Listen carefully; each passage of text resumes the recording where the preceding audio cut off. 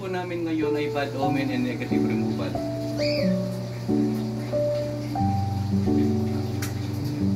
Sa pamamagitan nito, makakapag-alis po ako ng mga negative sa kamalas, sumpa, at iba't ibang problema sa tao.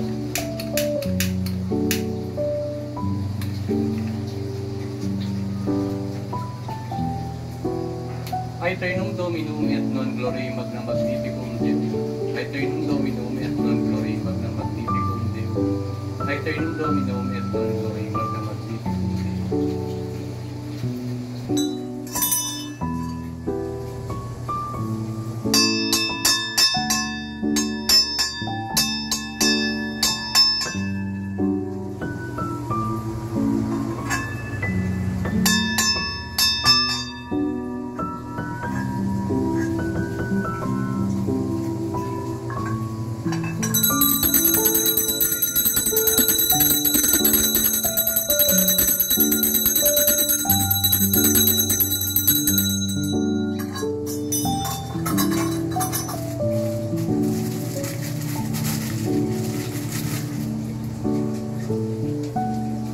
Pausok, ito ay isang uri ng ritual para maging okay yung love life ninyo.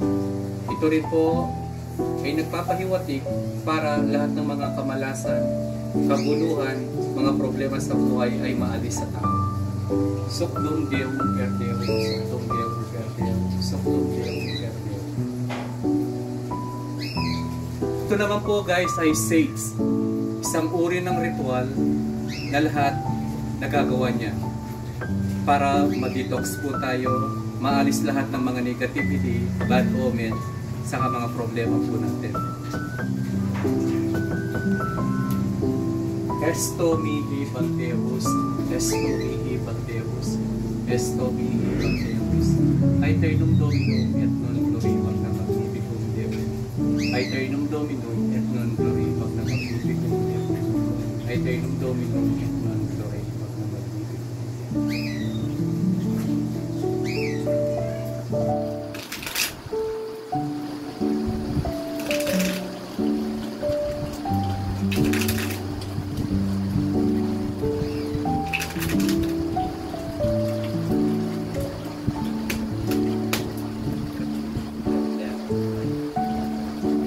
Tarot cards reading. Dito po malalaman yung present, future, sa lapas ng isang tao. At dito wag makikita kung ano yung kanyang kapalaran. Nasasabi po ng mga paraan kung ano yung future natin. Mga past, tapos yung mga problema po.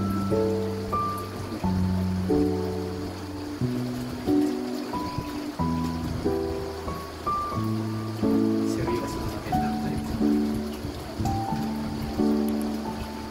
Sana all. Guys, seryoso na po siya sa kanyang love life. Nakita na niya yung babaeng na magpapatibok sa kanyang puso. Well,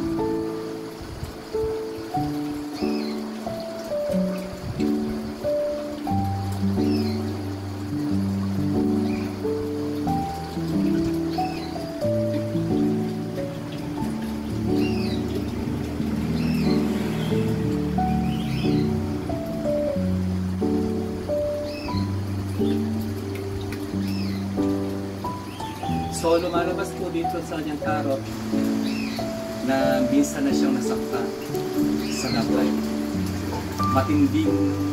Matinding selos at sakit ng kalooban yung iniwan ng past na love life niya. Gusto pang bumalik ng babae sa kanya pero siya ay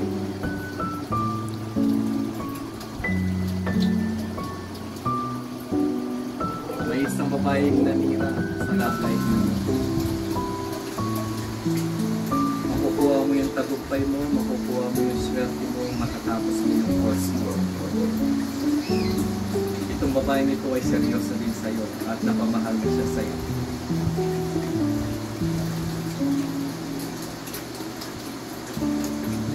Malimutin ka sa mga gamit mo at matagal ka bago matapos sa pagbibihis.